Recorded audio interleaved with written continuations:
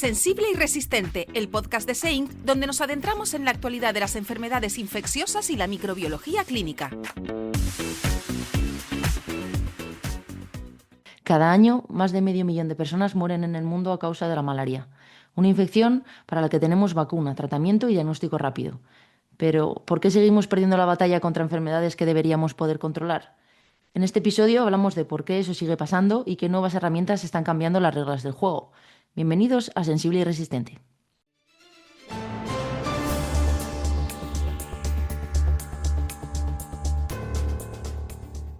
Y ahora, el parte infeccioso, como el parte meteorológico, pero adaptado a enfermedades infecciosas emergentes.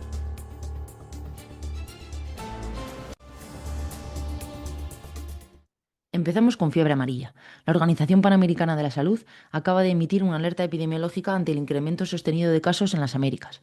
En 2025 se confirmaron 346 casos con 143 muertes, una tasa de letalidad del 41% y un aumento de 5,6 veces respecto a 2024.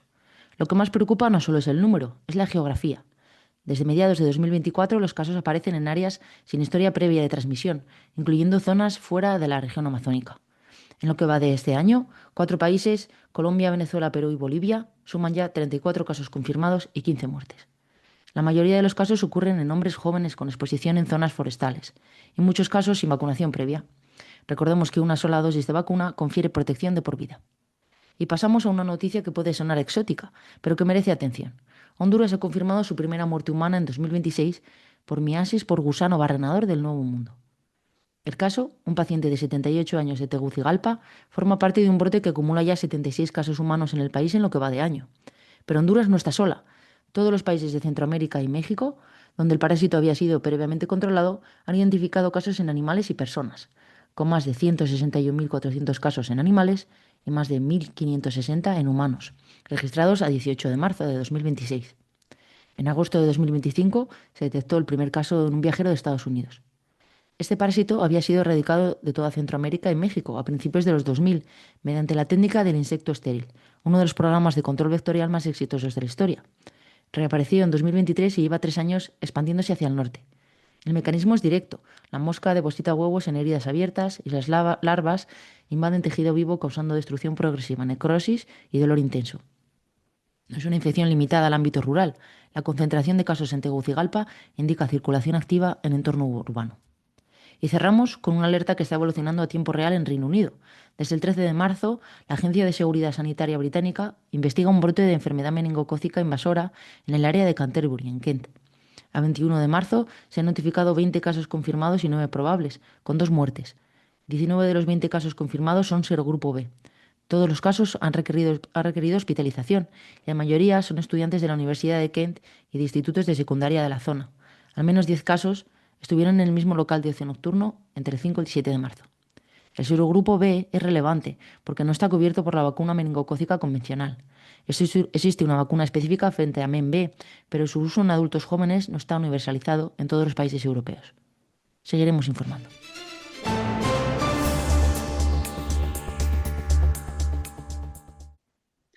Hoy contamos ni más ni menos que con Carlos Chacur, que es médico formado en Venezuela, donde trabajó en comunidades indígenas de la Amazonía. Desde entonces podemos destacar que ha cursado un máster en medicina tropical en el London School of Hygiene and Tropical Medicine y fue durante muchos años investigador del Instituto de Salud Global de Barcelona y actualmente desde el año 2025 es investigador principal en la Universidad de Navarra. Y te queríamos dar las gracias y la bienvenida y seguro que vamos a pasar un rato estupendo. Muchísimas gracias, Carlos. Bueno, gracias a ustedes por la invitación. Bueno, Carlos, cuéntanos, ¿cómo fue tu camino desde Caracas hasta convertirte en investigador en salud global? Pues mira, en Sudamérica tenemos que hacer un año de rural eh, antes de comenzar a trabajar en donde uno quiera, ¿no? Uno se gradúa de médico y tienes una licencia, al menos en Venezuela, una licencia restringida que te permite trabajar en un sitio que tenga menos de 10.000 habitantes. Entonces, una vez que has trabajado al menos un año en un pueblo de menos de 10.000 habitantes, entonces ya puedes trabajar donde quieras. Yo de estudiante todavía, antes de graduarme, me fui un año a un sitio en la frontera del Amazonas y me enamoré. Me encantó la vida en el campo, andar a caballo, ordeñar vacas. Me encantó la vida del campo. Trabajar con comunidades indígenas. Y entonces cuando me dijeron, mira, ¿quieres venirte aquí, a estar un año aquí, a ser el médico aquí? Dije, pues sí, claro que sí. Y de hecho, eh, al terminar ese año, no quería volver a Caracas. Y entonces me ofrecieron irme aún más lejos, en un sitio que solo se podía llegar en un avión Cessna 206 de 5 pasajeros en la mitad del Amazonas. Mm. Y en principio me iba a estar ahí 6 meses y me quedé 2 años más. Entonces en Wow. total estuve 3 años trabajando en sitios muy aislados, donde con mucha exposición a, a las enfermedades propias de la pobreza, a zonas rurales con difícil acceso, con pocos cuidados médicos, con mucha malaria, con parásitos intestinales, con leishmaniasis, bueno, con los problemas propios de la salud global. Yo creo que así fue como empecé. Carlos, me parece estupendo. Y de todas las infecciones que has comentado que pueden ser propias de la zona, luego, ¿por qué decidiste centrarte, o, bueno, entre otras, con la malaria? Bueno, a mí la malaria siempre me pareció fascinante desde el punto de vista académico o intelectual, ¿no? Es una enfermedad muy compleja, con un ciclo en humano, con un ciclo en mosquito, con un vector que uno ve la ecuación del R0 de la malaria y aquello parece una cosa de cálculo computacional, ¿no? Mientras que la R0 de otras enfermedades es mucho más sencilla. Entonces es una enfermedad compleja, atractiva, pero es que además tiene un impacto tremendo. Esto que decíamos, ¿no? O sea, 600 y pico mil muertes y 250 millones de casos cada año. Y además yo creo que a nosotros los médicos o la comunidad así de salud pública, de salud global, nos tiene un poco picados la malaria, ¿no? Entonces, en los 50 intentamos eliminarla. Yo no estaba vivo, ¿vale? Pero se intentó eliminar y no se pudo. No se pudo. Se redujo el mapa, se disminuyó la cantidad de casos, pero no se llegaron a los objetivos que se habían planteado. Y entonces, yo creo que estamos picados con la malaria. Además, tiene un impacto tremendo en carga de enfermedad, en muertes y además en economía. Entonces, yo creo que es el objetivo ideal. Mm. Y ya entrando en materia, bueno, uno de tus trabajos más importantes es el ensayo Bohemia, pero para la audiencia que no está familiarizada, ¿qué es el ensayo Bohemia y qué objetivo persigue? Pues mira, em, yo siempre uso esta expresión de Jurassic Park, esto de que la vida se abre camino. Me encanta. Entonces, eh, pues la vida se abre camino también en la malaria. Entonces, la malaria la transmiten mosquitos, en concreto anófeles, que hemos tenido enorme éxito matándoles con mosquiteras impregnadas con insecticida. Si hemos distribuido 4.000 millones de mosquiteras en África, que es pues 4 o 5 veces la población del continente en los últimos 20 años. Eso ha tenido un impacto tremendo en la transmisión de la enfermedad, eso ha disminuido a la mitad las muertes, pero esta es una intervención que en concreto es eficaz contra mosquitos que piquen dentro de tu casa de noche, que es cuando tú estás usando la mosquitera.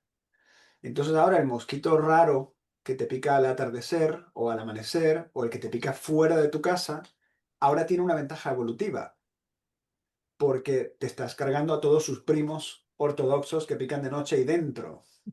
Entonces, esta intervención, aunque es muy eficaz, lo que hace de algún modo es empujar la malaria fuera de la casa. Esto viene a ser a nivel poblacional lo que es la resistencia de una bacteria a nivel celular, ¿vale? Le has expuesto a una intervención y esto ha generado un mecanismo de resistencia. En este caso, el mecanismo de resistencia es que los mosquitos comienzan a comportarse de modo distinto, empiezan a picar fuera de casa. Esto hace que esto crea un fenómeno que se conoce como la transmisión residual. Es decir, todo el mundo tiene mosquitera, todo el mundo la usa y sin embargo sigue habiendo malaria.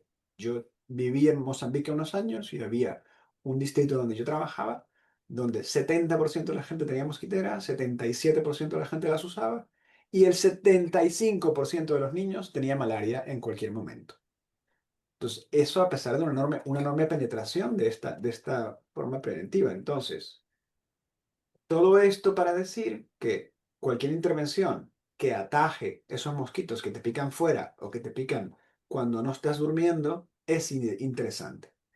Y ahí es donde viene Bohemia. Bohemia, ¿qué busca? Demostrar que la ivermectina, que es un medicamento antiparasitario que se usa hace 40 años para el tratamiento de la oncocercosis o de la filariasis linfática o de otras parasitosis, que además mata a los mosquitos que pican a una persona que ha tomado el medicamento, pues si yo distribuyo esto de forma masiva en una población, entonces no importa tanto en qué lugar o en qué momento te pique el mosquito porque ese mosquito se morirá.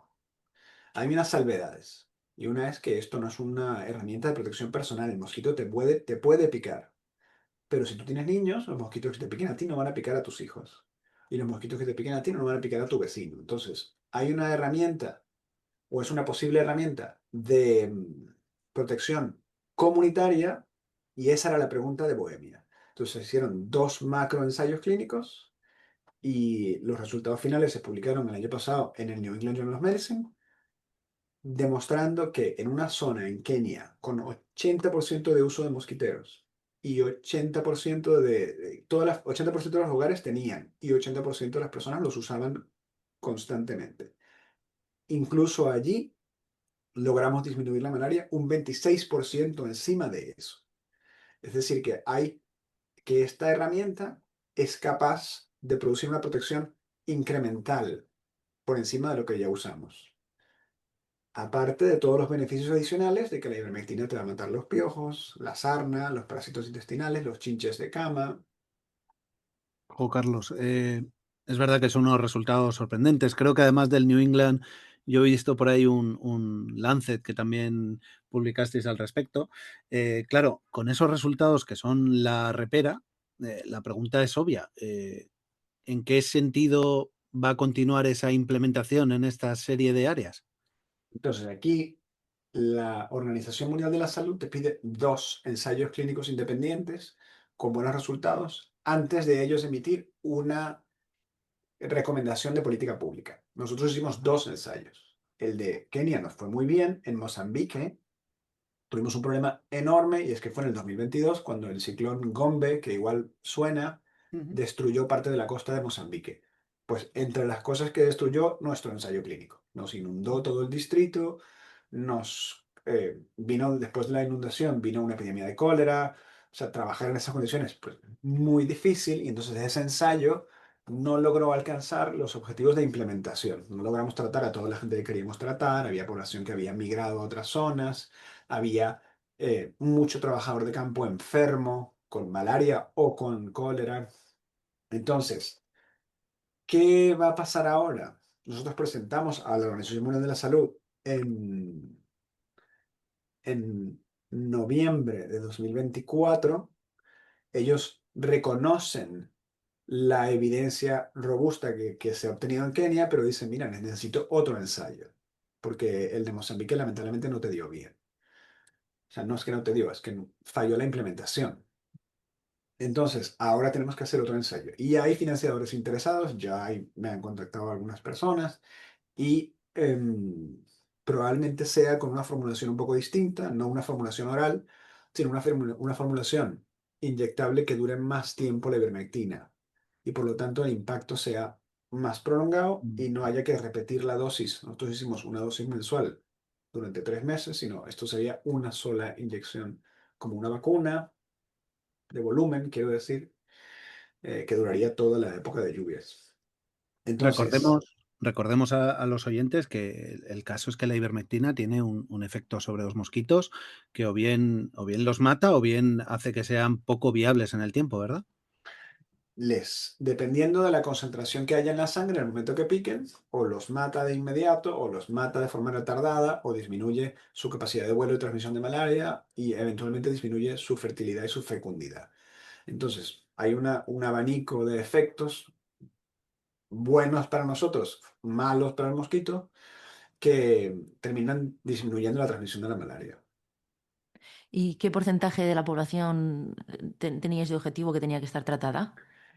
queríamos tratar el 80% de la población elegible, que normalmente el 80% de la población es elegible, pues el 80% de eso es un 64% de la población total. Y eso lo hicimos en Kenia muy bien, en Mozambique, con la movilización, con el cólera, las inundaciones, la rotura de carreteras, pues no llegamos ni al 50%. Entonces, por eso esos resultados no son interpretables. Esto, Claro, si te digo, tiene mucha aceptación a nivel comunitario porque la sarna es un problema grande, coendémico con la malaria y hay comunidades que tenían un 13, un 14% de prevalencia. Entonces, si tú sabes que este medicamento te quita la sarna y la gente lo ve de inmediato, porque la malaria es algo que no ves de inmediato, pero la sarna se te quita, el prurito se te quita, los piojos ven que se mueren, los niños ves que expulsan lombrices. Hombre, la comunidad lo acepta porque hay unos beneficios inmediatos que esos sí son individuales al momento de tomarlo. Si además le dices, mira, encima de esto va a haber una disminución de la malaria, pues la gente está muy contenta. Los chinches de cama, la gente estaba contentísima. O sea, me has matado los chinches. Y yo, "Ah, pues muy bien, yo, Carlos, Los chinches dentro, no tanto. ya, eso es. Carlos, dentro de los paralelismos, se me está ocurriendo conforme estás hablando, esta clase de intervenciones que yo creo que también han tenido un papel con otras enfermedades infecciosas, y me acuerdo del PIAN, de Treponema pertenue, ¿verdad? Que yo creo que también fue un investigador español, si mal no recuerdo, en Oceanía, ¿puede ser? Sí, en Papua Nueva Guinea. Sí, sí, sí, sí. Y es verdad que Esto, son aproximaciones maravillosas a nivel poblacional. sí, luego, por ejemplo, para la leishmaniasis hace muchos años que se ha descubierto que ponerle a los perros un collar de permetrina disminuye la transmisión de la enfermedad, porque la mosca pica menos al perro o se muere luego de picar al perro y por lo tanto te transmite menos la leishmania al humano. Entonces, ¿Y qué cosas aprendiste trabajando en Kenia y Mozambique con este proyecto? bueno, primero que los problemas de salud global son problemas estructurales, ¿no? O sea, si hay malaria, en parte es porque otras cosas no funcionan. ¿Y qué no funciona? Pues la cadena de suministros, las carreteras, la agua potable. Entonces, cuando el equipo se ponía a quejarse, bueno, es que los suministros cuestan mucho en llegar, hay un policía que nos pide dinero para pasar, le digo, bueno, mira, vete a eliminar la malaria en Boston, que seguro te va muy bien. O sea, estas zonas tienen unos problemas estructurales que contribuyen a la malaria y tenemos que trabajar con eso también. ¿Y cómo se Sí. vive el día a día de un investigador en África comparado con, bueno, con el trabajo en el laboratorio o en una universidad europea? Pues a mí me encantó. Estuvimos 2 años y pico viviendo en Mozambique y luego este otro proyecto grande de 5 años viajando con mucha frecuencia a Mozambique, a Kenia, un tiempo a Tanzania también.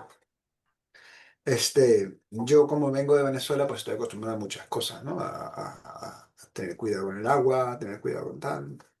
Vivir en Mozambique con niños fue interesante porque teníamos niños pequeños en ese momento y Wow. entonces, pues tienes que prepararte, ¿no? Y pues cuidarles a ellos también. Pero el trabajo de campo yo creo que te da una perspectiva tan clara del problema porque tienes enfrente gente que ha tenido la enfermedad o que se le ha muerto su hijo o su madre o su hermana de malaria. Y entonces entiendes un poco esa urgencia que hay por atajar estas enfermedades que no son una cosa de unos números que es que la OMS publicó el año pasado en el reporte mundial de malaria, sino que es que tú lo ves. Entonces yo creo que te da una perspectiva que, que es muy bueno tenerla para saber que el impacto que tienes, que tu trabajo tiene, es un impacto en gente concreta, no es una cosa de unos números. La estructura, has nombrado la estructura poblacional y política de estos países. Claro, yo suelo hacer este experimento, no, sino este ejercicio de preguntar si hubiera una lámpara mágica de deseos, ¿tú cómo intentarías solucionar esos problemas estructurales que tenemos? ¿O cuál sería el orden de prioridades? Bueno, yo vengo de Venezuela, ¿eh? Entonces tengo que reconocer mis sesgos ahí. Y yo he vivido claramente lo que es el governance, ¿no? O sea, lo que es el buen gobierno, el impacto que puede tener, y el mal gobierno, el impacto que puede tener. Entonces, está claro que tener un gobierno en el que hay transparencia, en el que hay eh, en que la gente se hace responsable o se le hace responsable de las consecuencias de sus decisiones, es clave para mejorar el desarrollo de un país o para contribuir a que el país se venga abajo, ¿no? Entonces, si yo tuviera que empezar por un sitio, comenzaría con eso, con governance, con una estructura que haga que las decisiones de liderazgo sean transparentes y a la vez que haya gran responsabilidad. Ujú. Y mira, has comentado la ivermectina, el papel que ha tenido, pero claro, nos atrevíamos a hablar del papel de la fama que ha tenido la ivermectina por otros ensayos durante la época de la pandemia y que además se ha utilizado desde el sector del negacionismo y desde el sector de la pseudociencia incluso. No sé si te has encontrado con gente que haya confundido tu ensayo en ese sentido. Mira, yo tuve un papel central en desenmascarar un poco todo ese embrollo inicial de mala comunicación en el 2020, ¿vale?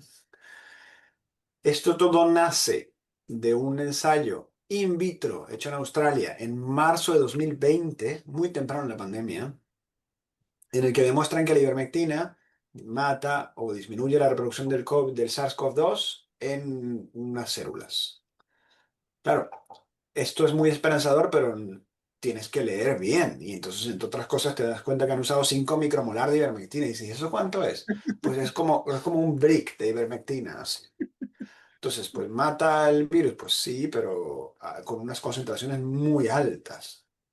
Entonces, eso tan precoz, junto con un preprint que era falso y que luego se destapó que era falso de un grupo que se llamaba Surgisphere, que tenía incluso un autor de Harvard que decía que habían analizado ensayos de numerosos países y habían visto que la ivermectina disminuía la mortalidad. Entre ese preprint falso y ese ensayo in vitro, con la desesperación que había, en mayo de 2020, muy temprano en la pandemia, ya Perú hace la ivermectina parte de su guía terapéutica nacional para el COVID en mayo. Pues Bolivia, ni corta ni perezosa, a las 2 semanas lo hace también, al mes pasan algunos estados de Brasil, a los 2 meses Venezuela, y ahí queda un poco latente, pero empieza a hacer mucho ruido en redes sociales, y en diciembre de 2020 hay una audiencia en la Comisión de Seguridad Nacional en el Senado de Estados Unidos y hay un grupo que se llamaba el FLCCC, el Frontline Clinical Care Alliance, un doctor que se llama Pierre Corey, dice que él se niega a ver más gente morir y que hay que darle ivermectina a todo el mundo. Eso tuvo una enorme cobertura mediática. Claro, esto ya pasa de ser Perú, Ecuador a un impacto de medios de Estados Unidos. Y ahí sí que se volvió todo el mundo loco. O sea, ya ahí comenzaron a ver tanta demanda que la gente tomaba las formulaciones de caballo, la gente tomaba las formulaciones veterinarias, se inyectaban formulación veterinaria. Todo esto sin evidencia clara. También es cierto que hay una contraparte y es, oye, si tú vives en un país con enormes iniquidades en acceso a la salud, como Estados Unidos, y tienes una enorme población rural, y la gente está tan desesperada que empieza a tomar medicamentos de caballo y a ti lo que te sale es burlarte de ellos, pues yo creo que háztelo mirar porque tienes un problema que no estás atajando. Entonces, yo creo que la respuesta en ese momento de la FDA y de otras autoridades de decir, mira, no eres una vaca, no hagas el tonto, que fue lo que pusieron en Twitter, Sí, sí.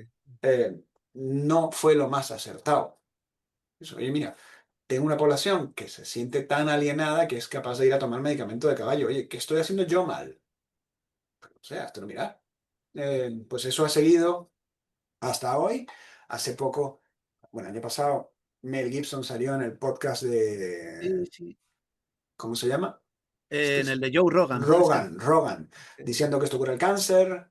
sí, sí. Esto ha vuelto a renacer otra vez. Ahora hay toda esta nueva vida de la ivermectina, ahora como posible droga anticancerosa o medicamento anticanceroso. Entonces, esto es un fantasma que ha llegado para quedarse y se asocia un poco a esas corrientes más conservadoras, más antivacunas. No ha habido nunca evidencia de que funcione para el COVID, funciona muy bien para otras cosas. Em, ¿Qué vas a hacer? ¿Y te ha impactado de alguna manera a vosotros en el estudio? Sí, porque en algún momento No había para... suministro. No, suministro había, pero por ejemplo para importar en un país de repente se hacía más estricto y te decían, espérate, fírmame aquí que esto solo va a ser para este ensayo y que no lo vas a vender para el COVID. O sea, esto sí que nos impactó. Yo hice un proyecto, un estudio piloto aquí en España sobre ivermectina en COVID y en nuestro pequeño ensayo vimos que no había ningún beneficio para los pacientes. En el 2020 eso.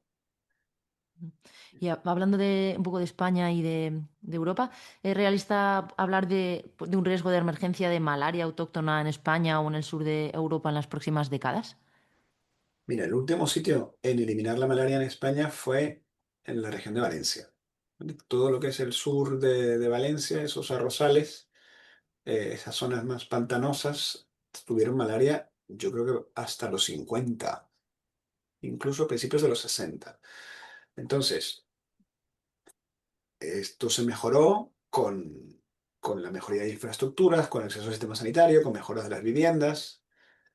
En Italia, la malaria existía alrededor de Roma hasta los 40. En Grecia, igual hasta los 60. Entonces, es posible que el cambio climático y al aumentar el calor, el mosquito tenga mejores posibilidades de sobrevivir e incluso ahí sí, incluso en presencia de estas mejoras sociosanitarias, se multipliquen números que permitan la transmisión autóctona. De hecho, hemos tenido bastantes casos de transmisión autóctona en España, en Italia, en países del sur.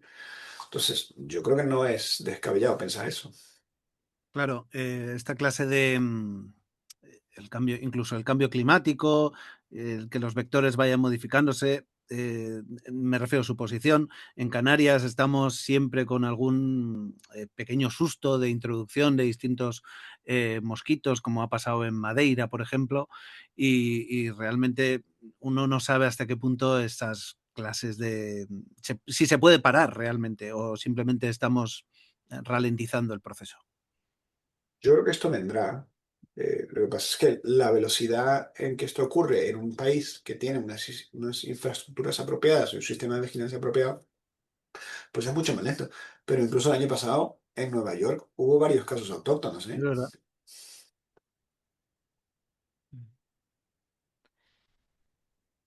Y mirando un poco hacia el futuro, ¿qué te gustaría que la comunidad científica o la sociedad global comprendan mejor sobre enfoques innovadores como el que exploráis en el ensayo de Bohemia? Yo creo que ahora con los recortes que hay en salud global, hay que pensar en impacto más allá de una enfermedad.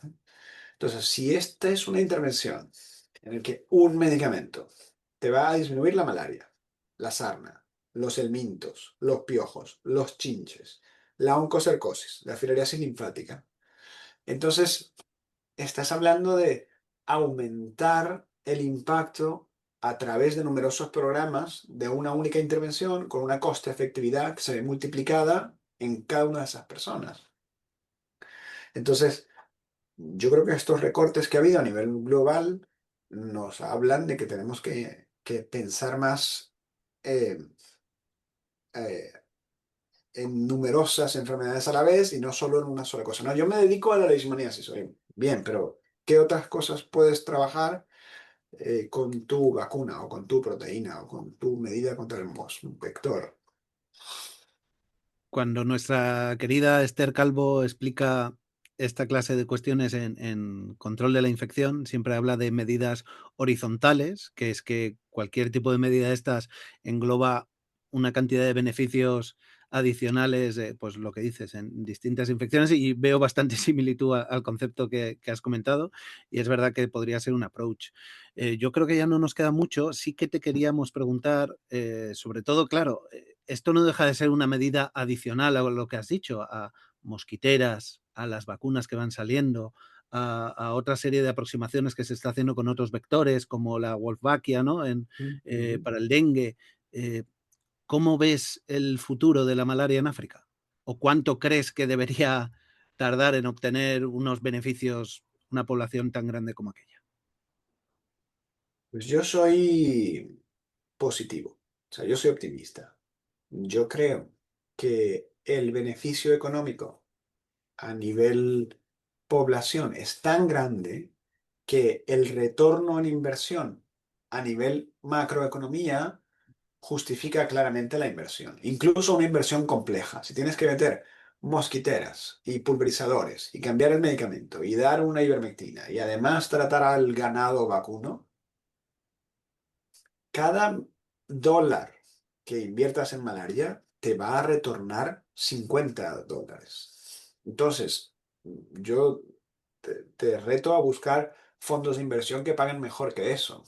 Entonces, probablemente para el nivel económico, lo que hace falta es transmitir este concepto de forma clara a la gente que tiene los recursos o que distribuye los recursos para que entienda que a mediano plazo el beneficio devuelve a todos y además devuelve multiplicado por unos números de locura que o sea, vamos, es que Nvidia y Tesla no te dan esto, pero malaria te lo da.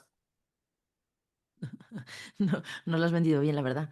Eh, ¿Hay algún mito sobre malaria que escuches repetidamente en el Uf, ámbito clínico que te muchísimo. gustaría desmontar hoy? Sí, en España muchísimo, muchísimo. Una pregunta que me hace mucho la gente es, ¿y la malaria se cura? Y yo no entiendo por qué.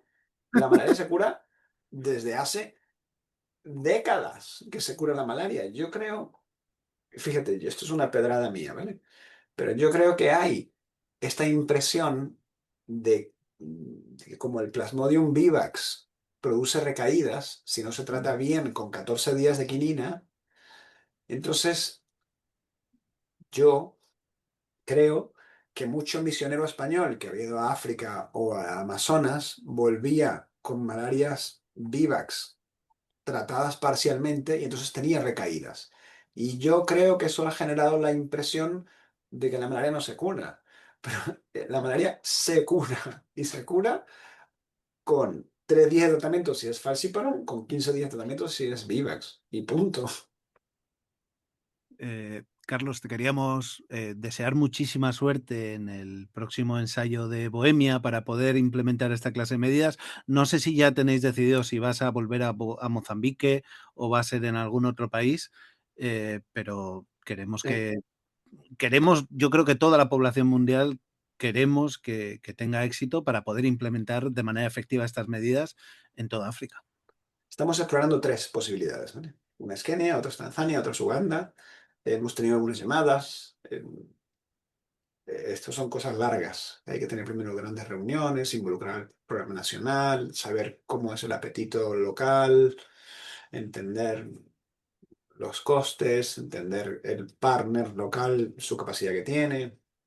Entonces, yo soy positivo y soy optimista. Yo creo que lo vamos a lograr y espero que el trabajo que he hecho estos últimos años sea un granito en ese que tenemos que poner encima de la malaria para terminar de aplastarla. Muy bien. Ha sido un placer, la verdad es que lo has explicado todo muy, muy claro y nos has motivado a invertir en malaria. ¿Sabes que hay gente que propone que los países endémicos emitan bonos de malaria? No, no tenía ni idea. Que tú emitas bonos de malaria, como Nigeria, por ejemplo, y que ese dinero se invierta exclusivamente en disminuir la enfermedad y eso te generará unos beneficios en tu economía que luego puedes devolver al inversor como si fueran los bonos país. ¡Wow! Hay ¿Y gente que ha esos, propuesto esto. y esos bonos se puede invertir desde el extranjero?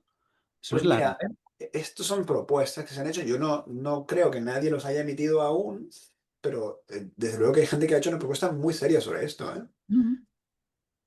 Gracias, voy a investigar. Y que yo quería acabar porque estos días me ha salido en las redes un cómic de un animador que, bueno, él se lo guisa y pone las voces y todo, que cuenta la terrible historia, pero desde el punto de vista de los mosquitos. Entonces se llama Swarm, Swarm, y la verdad es que está muy gracioso porque tienen un problema, porque tienen un humano en casa, se quieren deshacer de él. Y lo que haremos será poner el enlace, ¿verdad, Galadriel? Sí, lo ponemos, sí. Claro. Muy bien, pues muchas gracias. Muchas Gracias a gracias. vosotros. Carlos, un placer y nos vemos pronto y mucho ánimo. Cuando queráis. Cambio de guardia.